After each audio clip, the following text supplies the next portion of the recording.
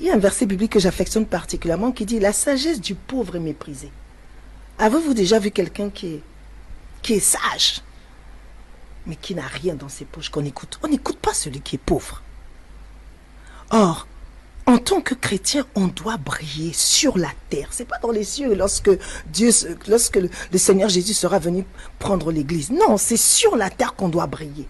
Mais pour briller, il faut il faut utiliser les dons qu'on a reçus. Il faut utiliser les talents qu'on a reçus. Ces talents, c'est pas pour qu'on les garde. On a reçu des dons et des talents, on doit les développer, on doit les fructifier. Ils doivent sortir, en fait, pour certaines personnes, ces talents sont encore enfouis, ils doivent sortir, ils doivent émerger et on doit les utiliser.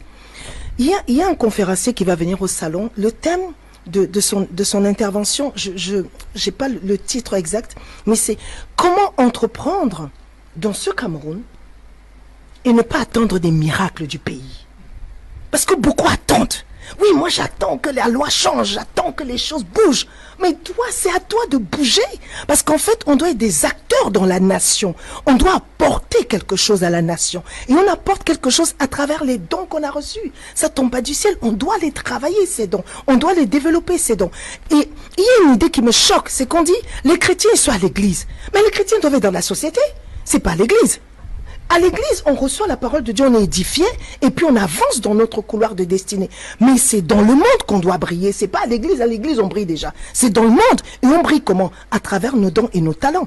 Donc il faut venir à l'église, recevoir des enseignements. Après, il faut sortir dans la rue pour les développer, pour développer notre potentiel. Ça c'est le plus important. Oui. Il faut venir à l'église, développer ses talents et sortir pour le mettre au service ou au profit de la communauté. Exactement. Parce qu'il y a une idée quand même qui règne, qui est celle que le chrétien paraisse devant la Bible à l'église, parce que la nourriture, la manne tombera du ciel. C'est ça. Donc c'est aussi ça qui vous amène à créer le concept. Tout à fait, tout à fait. Quelle est la particularité de l'entrepreneuriat chrétien? La particularité, c'est qu'on enseigne le business selon des valeurs profondes, des valeurs fortes, des valeurs bibliques. On enseigne le business où on dit à quelqu'un, tu peux entreprendre et tu peux ne jamais te compromettre.